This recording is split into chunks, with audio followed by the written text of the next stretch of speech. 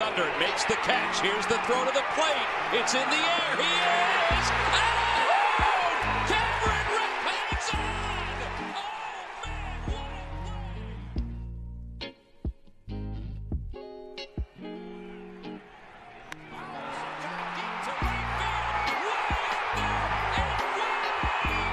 way second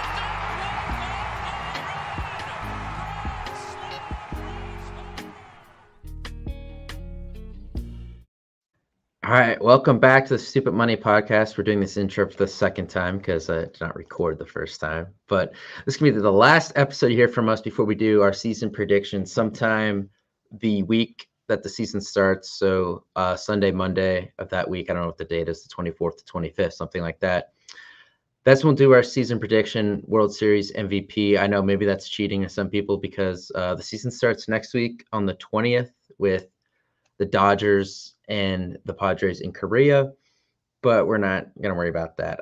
Before we get into spring training, though, we're going to talk about those Padres because they made an interesting move the other night, acquiring Dylan Cease from the White Sox, and this comes after they traded Juan Soto to the Yankees. Maybe they weren't rebuilding, but they knew they couldn't pay Soto, so they go and get some prospects back for him, kind of rebuild the farm system that they've kind of depleted the past few years. One, acquiring Soto, getting Josh Hader, some of the other things they've done recently. But then they kind of go and take some of the guys that they did get in that Soto trade and send them to the White Sox. So in a sense, the Padres traded Juan Soto for Dylan Cease. I don't know which one helps you more over the course of 162 because I think Cease has another year of control, but still, it's like really splitting hairs at that point.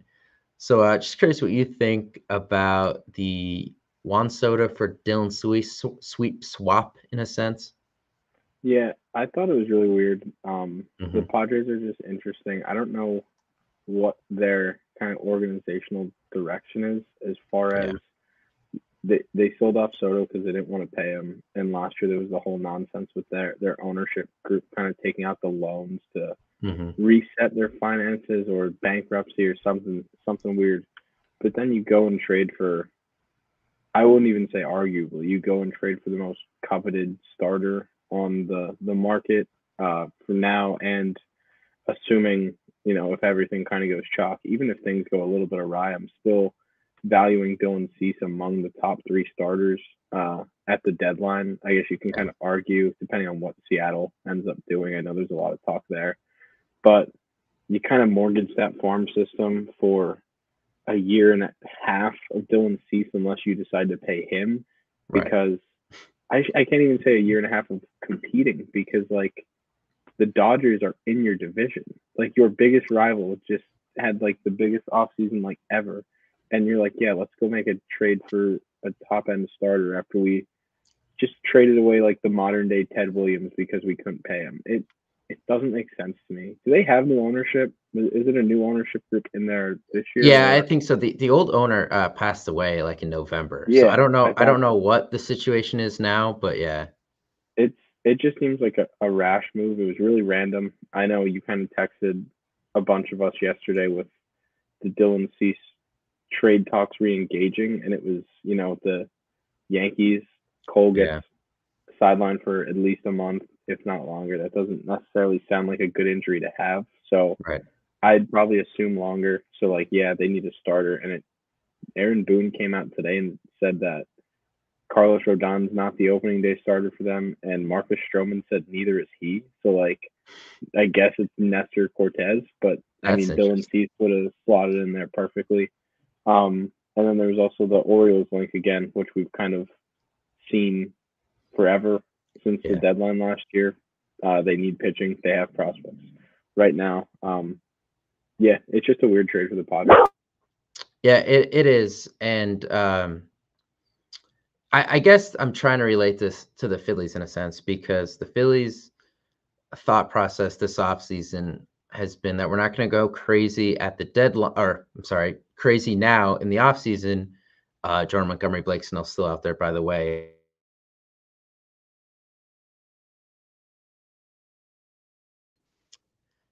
Okay, So sorry, cut out there, but as I was saying, the Blake Snell and Jordan Montgomery are still available, and we're March 14th. This will probably come out on the 15th. So we're about two weeks from opening day, and they're still not signed.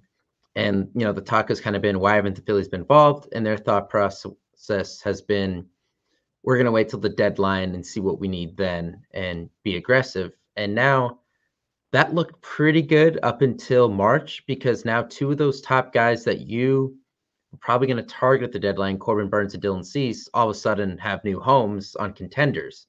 So I'm just curious now if that thought process changes, and even if Jordan Montgomery's not ready until the end of April, if his price drops, do you say, yeah, let's just sign him? Because now the chances of you getting an impact starter at the deadline is a lot smaller. Maybe sans if the Mariners sell, which I don't know if they will, because that pitching staff is just so good that they're gonna win games.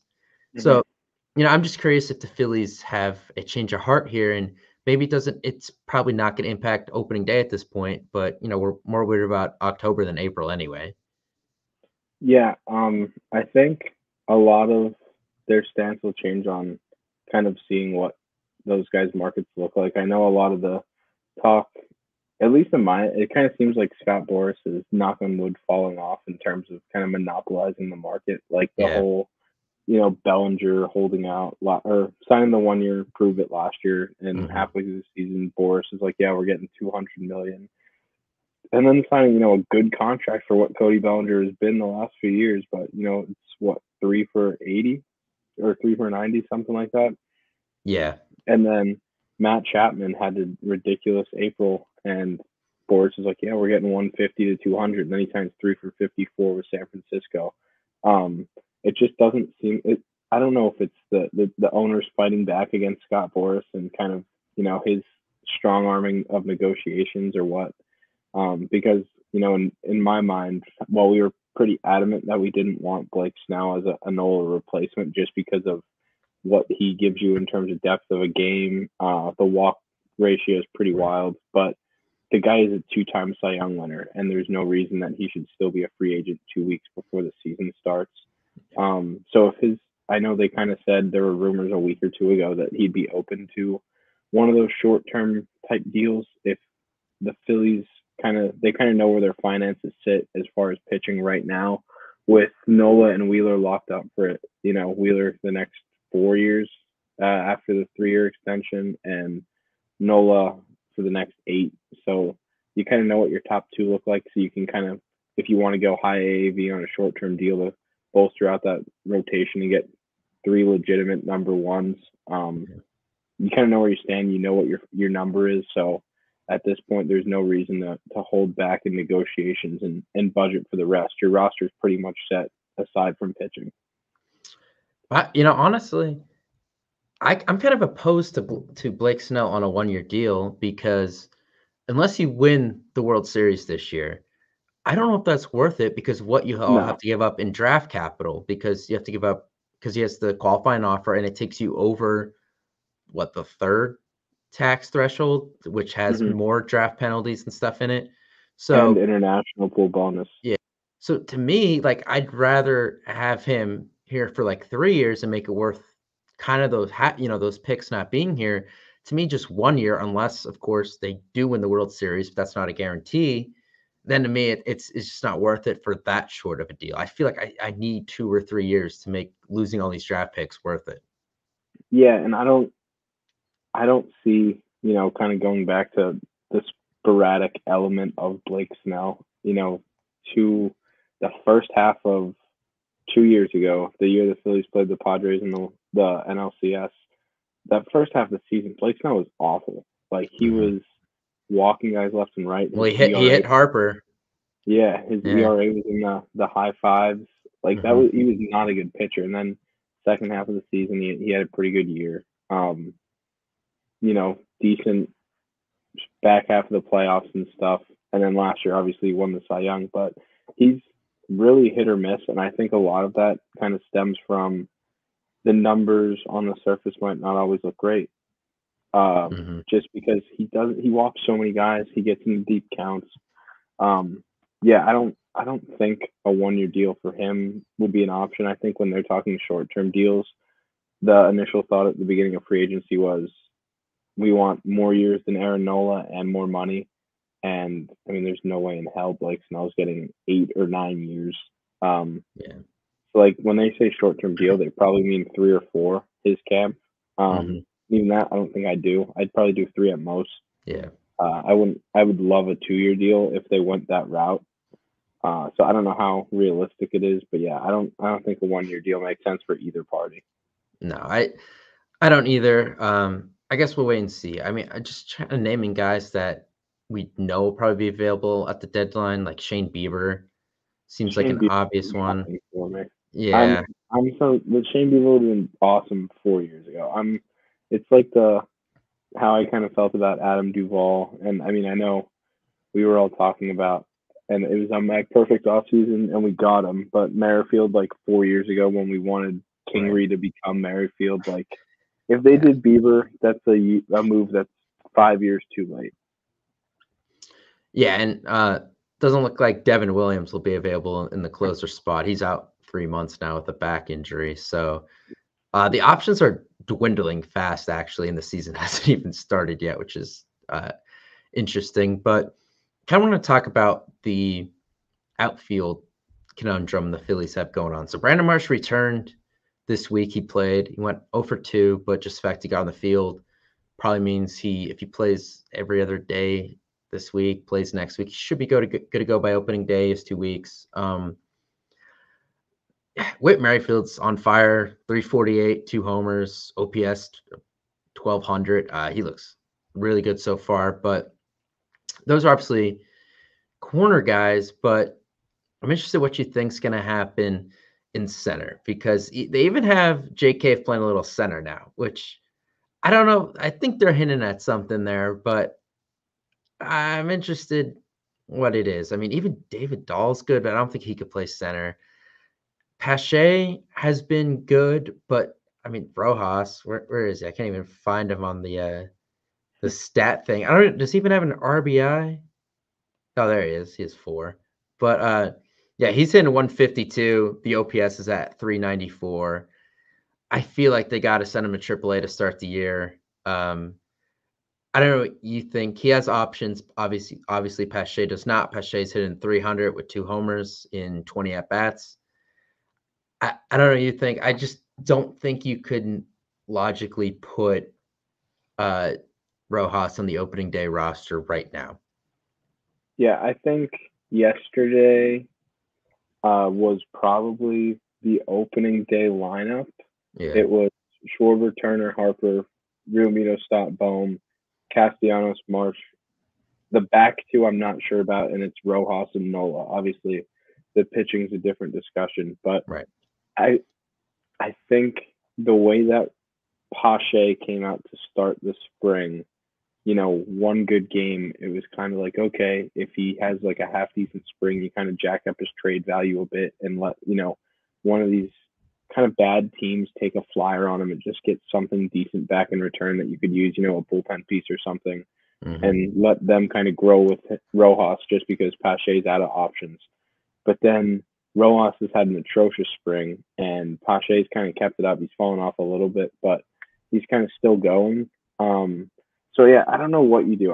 I'm still kind of in the camp with how much money you have invested in the rest of the lineup, and like Murderer's Row, kind of what you have at the top there, and the balance that you kind of get presented with power and guys who are hitting.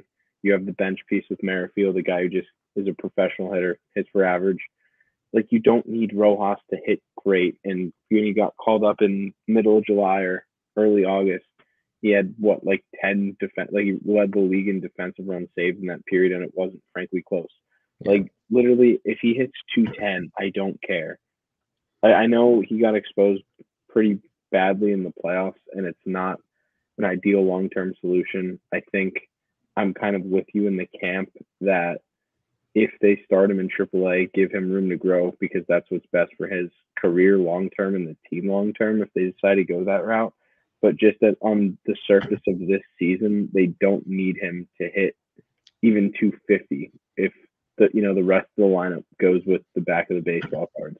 It should be enough to have him, play center field like we saw he could in the regular season and the playoffs last year.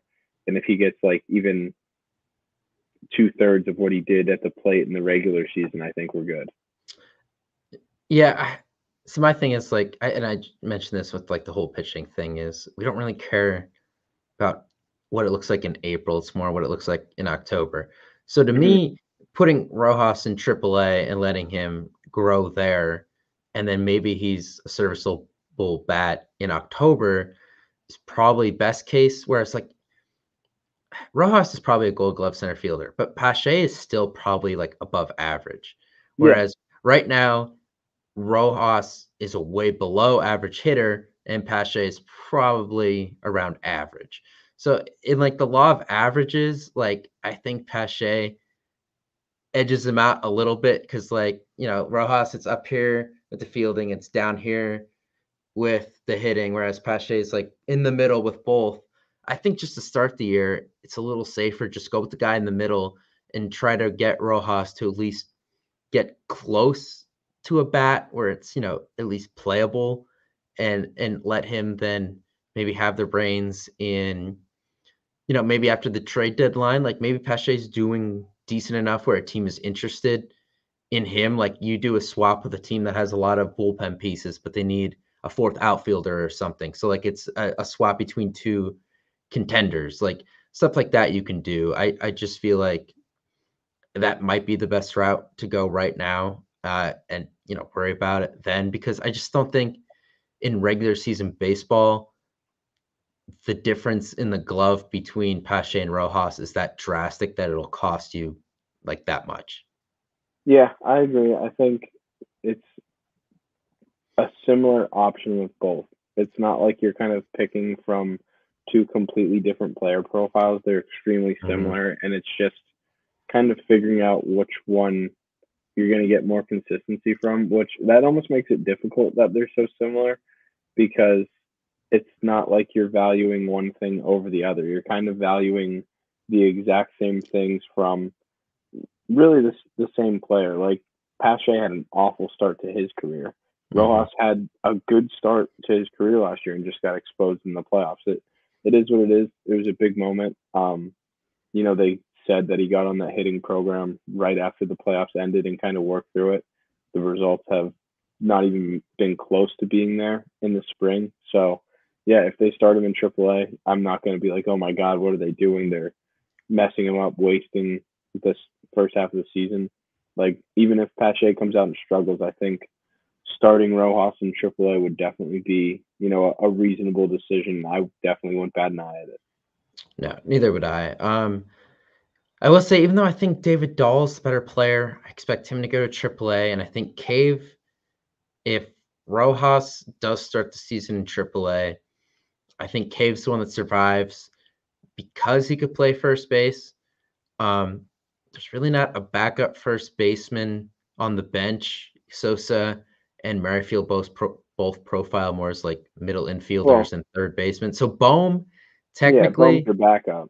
Right. I don't know how much they want to move him off of there though. Like part of the thing with I saw this, part of the reason with Harper going to first base last year was that Bohm knew he was playing third every day, and they wanted to keep him comfortable. I just read that somewhere. So I don't know if that's still their thought process. So if like Harper was to go down, would they rather have Bohm still playing third and have a new first baseman, or would they put Bohm to first and Merrifield or Sosa would play third? I don't know, but to me it sounds like they'd like to just keep Bohm at third as much as possible, which means I think Cave survives the cut. Long ball Hall, there's your backup first baseman. Derek. That needs to stop. Cody Clemens doesn't look bad, by the way. But... No, I think Cody Clemens is a good bench piece. I think he kind of gave them a solid month last season when they the beginning of the summer when they really needed it. But I think that's definitely a good piece to kind of stash away in AAA, and I think he still has options. Yeah, he does, I think. But yeah, that's a good depth piece to have. That was a really good trade. Soto and Clemens for Maton and Bierling. Yeah, and Donnie Sands. But yeah, he hasn't done anything. Bierling, yeah. But yeah, Clemens is probably your backup in AAA. I'm with you. I'm over the Derek Hall experience. He seems like a good dude, but I think that kind of ran its course, and it's unfortunate that the Reese injury last year kind of opened up a spot for him, and then he got injured in the second or third series. I think was it second series in New York. Yeah, and it's so funny to kind of look back at that. It was like, oh, when it happened, we were like, holy crap, Derek Hall hurt. We just lost our first baseman. What are we gonna do? And it's like, looking at how that season ended, yes, it was disappointing, but with the roster that we have, we were really getting worked up over a torn thumb ligament for Derek Hall in April, and it was weird to think about. But yeah, I don't know. I think Bone would be fine if he played first. I think we have to be past the defensive nonsense where, if this guy can't stick at one position every day, he won't develop or progress, or he'll be moping. Like, he's a professional for 4 years now, 5 years. He came up from the COVID year, so 4 years. He has to be mature enough to handle, playing on both sides of the diamond. For if he even wants to stay here, he has to show that he has that flexibility, because he does not profile well enough to stick at one corner either way. So he needs to just have some sort of versatility to help him out in the long run. Yeah, he does. All the Bohm stuff on Twitter. I don't know. We'll get into that for the season preview, but it's starting up again with Alec Bohm and his fans. But I don't know how I feel about him. I'm in the middle on him. I don't think he's complete trash like other people do. I don't also think he's an all-star like some of these people do. I'm just like I don't know. Like, every team, your 1 through 9 is not superstars. You're gonna have dudes. You're gonna have dudes like this where they're just average players. Like, it is what it is. I mean, he has his part. He hit over 300 with guys in scoring position last year on a team that was like 29th in the league in scoring position. Yeah, there's like something 98 guys. Yeah, there's something to be said about that. But yeah, that's a story for another pod. Yeah. So that's kind of the offensive questions. The rotation, Taijuan Walker had like a little knee thing, I think, but he's back now. Rob Thompson said he's throwing, so I don't think they didn't expect him to miss any time. Thank God. The bullpen, Covey's going to start on the IL, so I guess maybe Spencer Turnbull might be the long man to start the year. Dude, he looked good the other day. Yeah, and Michael Mercado has looked good too. So I don't know if he's going to make any moves there or not on anyone, but I'm actually intrigued with Turnbull because he has like a history of being, decent. Yeah. Mercado does nothing for me. I think I looked at his savant a little bit of what was there, and it wasn't like overly impressive. The stats aren't overly impressive, but he's a depth piece that throws hard, I guess. And then finally in the bullpen, I think I've come to the conclusion that Sir Anthony should be the closer. I think I like him there. He looks good this spring. He's done it a little bit in the past. Kind of like Alvarado and Hoffman in setup. And then you get like Soto and Kerkering in situational. And then you have Strom as kind of your guy that if the pitcher can't get out of the fifth, he finishes the fifth and then does the sixth for you. Like that kind of guy. I think I kind of like that setup going into the season. Yeah, I think that's a good setup. As dominant as Alvarado is, I don't love having him in the closer role. I just think, and you don't really see it often where there are a lot of lefty closers, and I think that's just because effective lefties are just so difficult to come by that you have to use them in the lefty matchup sporadically when you can, instead of kind of banishing them to, hey, you're going to get me the last 3 outs of every game no matter what. Like the year the Phillies went to the World Series and effectively deployed Alvarado and Dominguez whenever they want. Obviously, the two of them were on an insane run that playoffs, and you can't expect them to keep that form up for 162. Mm-hmm. But like the way that they were kind of utilized, hey, you guys go get the toughest part of the lineup whenever that may be, depending on what the matchups are, and then the other guy closed. Like I think that is the perfect way to use those guys. Yeah, I'd be fine if he was the closer. They have, if Hoffman can show that he's able to replicate what he did last year, this year, then yeah, you can easily throw Sir Anthony in the closer role and then use Hoffman and Alvarado like you used Sir Anthony and Alvarado that year. Yeah, that's what I like. And my biggest thing this year with the bullpen is don't treat Kerkering like the righty Brad Hand. Like, yes, the slider is insane. Yes, the spin rate is insane. The dude throws 99 with arm side run for a fastball. Do not throw 80% sliders because that's what happened in the playoffs. You'd bring him in and the base is loaded, and it's like, oh, like here comes the rookie. He's got big stuff. And then he'd walk a guy and be like, oh, yeah, he's just a rookie. He'll be fine. Well, no, he walked a guy because you called 4 sliders in a row with the bases loaded. Like, the bases are loaded. The guy's not going to chase a slider out of the zone just because he, sees a ball coming to him up at the plate.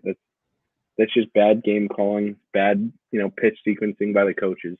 They've had a whole offseason to kind of work with him in a full spring training where he's, last year he started in single A, so I don't even know if he definitely started in minor league camp. He was like a 5th-round pick the year before. So now that the major league staff has had 3 months of in-game experience with him and then a full offseason, like they cannot treat him like he's Brad Hand.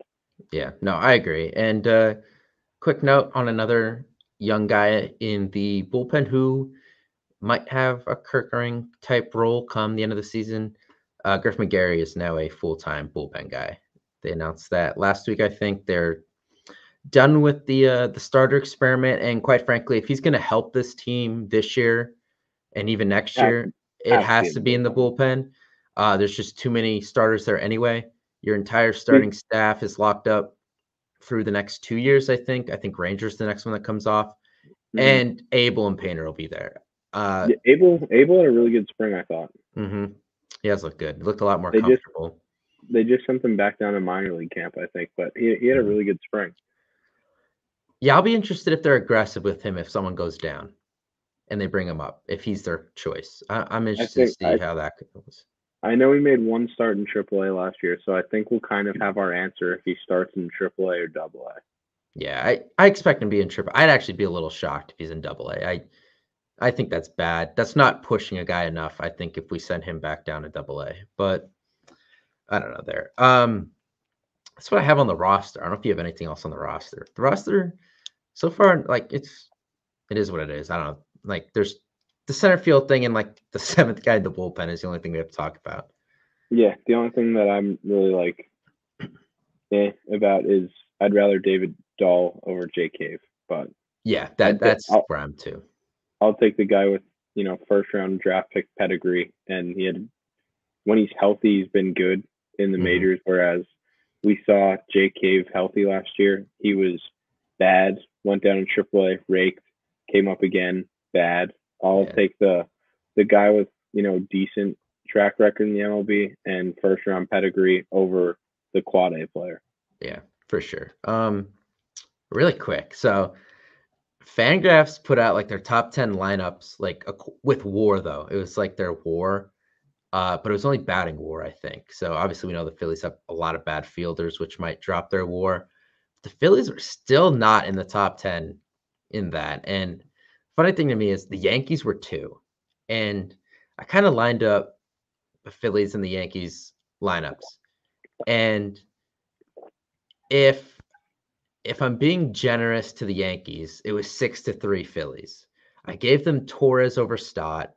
I gave them Judge in center, and I gave them Soto over Castellanos in right. Other than that, and some of them aren't even close. Like Harper and Rizzo to me is not close. No. Turner and Oswaldo, Volpe, not close. I think Schwarber, what him and Stanton are both asked to do right now, Schwarber's way better at it. Oh my God, yeah. They're asked to hit home runs, get on base. Schwarber way better than it. I would take, for how much Yankees fans like to hate on Alec Boehm, I would take him over DJ LeMahieu right now, who hits like 220. Yeah, LeMahieu's kind of fallen off a cliff since that MVP COVID year. Yeah. No, I would definitely take Boehm this year over him. Catcher, I don't even know who the hell their catcher is, but it's not even in the same ballpark as Realmuto. And I'll take Marsh over Verdugo. Yeah, hell yeah. So that was just so funny to me that like Fangraphs had them second behind the Braves and the Phillies weren't even in the top 10. Every year somehow Juan Soto plays like the worst defense ever, but somehow accumulates like 8-9 WAR. And WAR is definitely important, but it always seems like defense is the thing inflating WAR. So I don't know how Juan Soto racks it up every year. Like, yeah, he gets on base. Yeah, it has to be like on base and like strikeout percentage or something. I don't know. Yeah. I haven't really, dove too deep, gone in, like too far into what the formula is. But yeah, somehow I shouldn't say somehow like I'm degrading or downplaying how good Juan Soto is. Like, the guy is argued like one of the best hitters we've seen ever. I think, but he's awful on defense, like atrocious. And like, we have plenty of those guys, so I'm not saying that you can't win with those types of players. Our roster has shown that you can, and that's perfectly fine if you're bad at defense. But I just don't know where the 10 WAR comes from. Yeah, I don't either. And I'm not just saying this because Garrett Cole got hurt. I've been saying this for a while, so don't say it's recency bias. I'm not sold on the Yankees the way all these people are, where they're like fourth in World Series odds. No, I'm with you. Their rotation stinks. Rodon he's shown that he's been good, but he's awful last year. Nestor came out of nowhere, had one good year, and then was like pretty average, if that, last year, and he was hurt a bunch. And people treat him like he's like a Cy Young contender, and it's like, how? Yeah, and I think people think it's like 2018 when we're talking about Rizzo, LeMahieu, and Stanton. Yeah, like they got guys falling off cliffs hard, and like I don't know, like Verdugo doesn't move the needle for me at all. Torres is a fine player. They're getting 0 from the catcher spot, which they seem fine with, which for some reason I just think I think Soto and Judge being two of the best 5 hitters in the game is just totally like messing with people's heads so bad. I mean, like look at the Angels. Look at the Angels with Trout and Ohtani all those years. It didn't accumulate to anything. Yeah, I mean, Soto's going to have an insane season in that stadium, but it's not enough to have their lineup 4th in WAR unless they have him at like 15. Yeah, I don't know. I didn't get that. Even before the Cole injury, I thought their World Series odds were hysterically high. I like the Orioles. They're like plus 1,400 to win the World Series. Yeah, so, I don't know about World Series, but I definitely like them in that division. Yeah, I do too. I have them to win that division. And the Yankees were favored. Now, this was before the Cole thing, so that might have changed. But I got on it before they got Corbin Burns and before Cole got hurt. So I have them at like plus 3 something, or 280, like 3, somewhere around there. Right. Yeah. So we'll see what goes. We'll talk about that more next week. But yeah, that just infuriated me. Like the Cardinals were on there, the Mets were on there, the Rays were on there, the Blue Jays were on there, and it's just like I would take the only lineups I think I would take over the Phillies in the regular season is Texas, Dodgers, Braves. Like I think they're 4th. I think those are the 3 that I'd take for sure, and then I don't know. I'd listen to a couple arguments. I mean, the Mets do have a good top 3 with Lindor, Alonso, and Nimmo. And McNeil won a batting championship 2 years ago. I don't think he's good, but he's an annoying hitter that adds depth to your lineup. I don't know. I'd go Braves, Dodgers, Rangers for sure. Yeah, those are the ones I would take. But yeah, that was just funny. I was watching that video, and every time they kept like naming a team, I'm like, okay, well the Phillies are next, and then they got to one, and I was like, so yeah, that's funny. And I know I complain about those things a lot, but like that's like really bad in my opinion. And also, do you see? I sent this that John Boy Yeah, the Cy Young draft. Yeah. Yamamoto went 1 and Wheeler went 9. Okay. Yeah, Yamamoto got rocked the other day. Yeah, we'll see how that goes. I'm excited to watch those games next week, though. That'll be fun. Yeah, it'll be good to see real baseball. Mm-hmm. All right, so we're gonna take next week off. I'll be in Florida, but next Sunday, Monday, somewhere around there, we will have season preview, and then the Phillies 2 weeks from today will take on the Braves. I'm hearing it's Aaron Nola and Fried opening day. The Phillies will go with Nola because he's their guy. I'm in favor of it. The dude has an 8-year extension. Yeah. He's been the homegrown guy. Let him, opening day starts to me don't really mean like a whole lot anymore. Like we had Jeremy Hellickson do it. So after that, it kind of lost all merit for me. Mm-hmm. So just let Nola get to, I don't know how close he is to Carlton's record for consecutive opening day starts, but he signed the 8-year extension. He came back. Let him get the record. I don't care. Yeah, for sure. And I don't know, this kid, I know who is Braves fan, said it's gonna be free on opening day for them. So Strider will probably go game 4, so he doesn't have to pitch at the bank. Yeah, him versus Wheeler would be good though, because I don't think they did not match up in the playoffs. I have tickets to game 2, so yes, Strider versus Wheeler game 2. Yes. Yeah, because did they match up at all the last 2 years? No, I don't think they did. It always worked out after the wild card that Wheeler was. Yeah. Wheeler was always opening night of the wild card, and the Phillies won both the wild card series in 2. So it always went Wheeler and Fried. Yeah. Okay. So I'm trying to think because 2022. No. It would go Ranger, and Fried, and then Wheeler game 2. Because the Hoskins bat spike was Nola. Yeah, and that was against Strider. Because Strider was hurt, so he didn't pitch game 2. It was like Morden or something. Yeah. No, Morden was game 4. So who pitched game? Was it Wright? Because remember they got blanked in game 2. Yeah. Yeah, I can't remember. But yeah, so yeah, Wheeler and Nola have not Wheeler and Strider have not met up in the playoffs. They've probably met in the regular season, but yeah, we have not seen them in the playoffs. It was gonna be that in no, it was not gonna be that. It was gonna be Wheeler Fried in game 5 last year. But yeah, I guess look forward to that. But yeah, we'll talk to you then.